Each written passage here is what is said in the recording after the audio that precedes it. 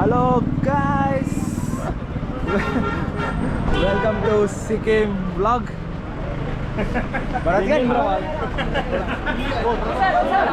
First ದಿವಸ ಇವತ್ತು ಸಿಕ್ಕಿಮಲ್ಲಿ Darjeeling car ಟ್ರೈನಿಗೆ ಹೋಗೋಣ ಅಂತ ಇದ್ದೀವಿ.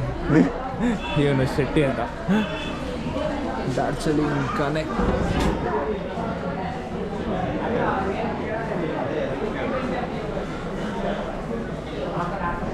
ಡಾರ್ಜಿಲಿಂಗ್ ನೀವು ಇಲ್ಲಿ ಏನು ಸೀನ್ ಕಾಣ್ತಿದ್ದೀರಲ್ಲ, ಇದು ಹಿಮಾಲಯ ಪರ್ವತ ಶ್ರೇಣಿ ಅಂತೂ ಅಲ್ಲ.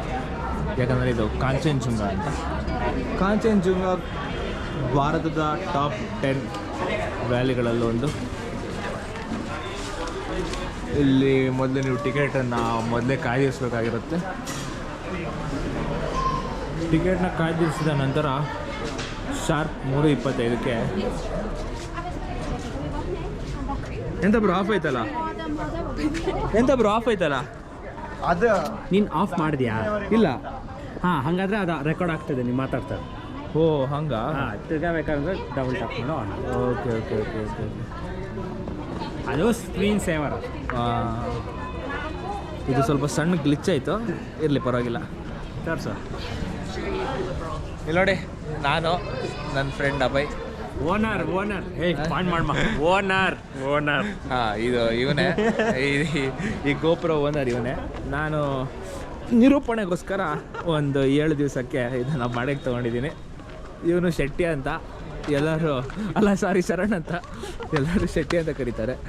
ಇವನು ಪ್ರಣೀತ್ ಅಂತ, ಅವನು ಕೃಷ್ಣ ಅಂತ, ಟ್ರೇನ್ ಇಲ್ಲೇ ಹಿಂಗೆ ನೋಡಿ. ನೀವು ಅನ್ಕೊಬೋದು ಇದೇನು ಹಳೆ ಇದು ಅಂತ.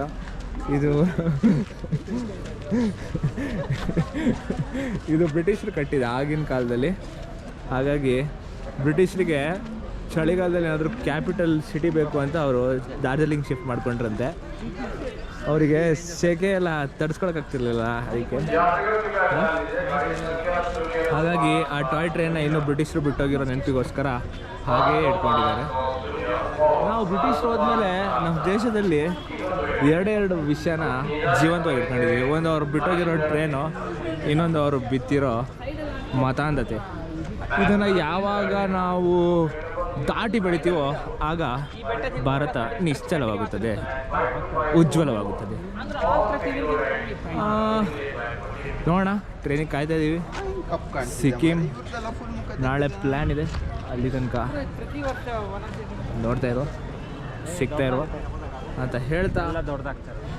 ಒಂದು ಥರ ಶಾರ್ಟ್ ಬಿಟ್ಟು ಮುಗಿಸ್ತಾ ಇದ್ದೇನೆ. ಬಾಯ್.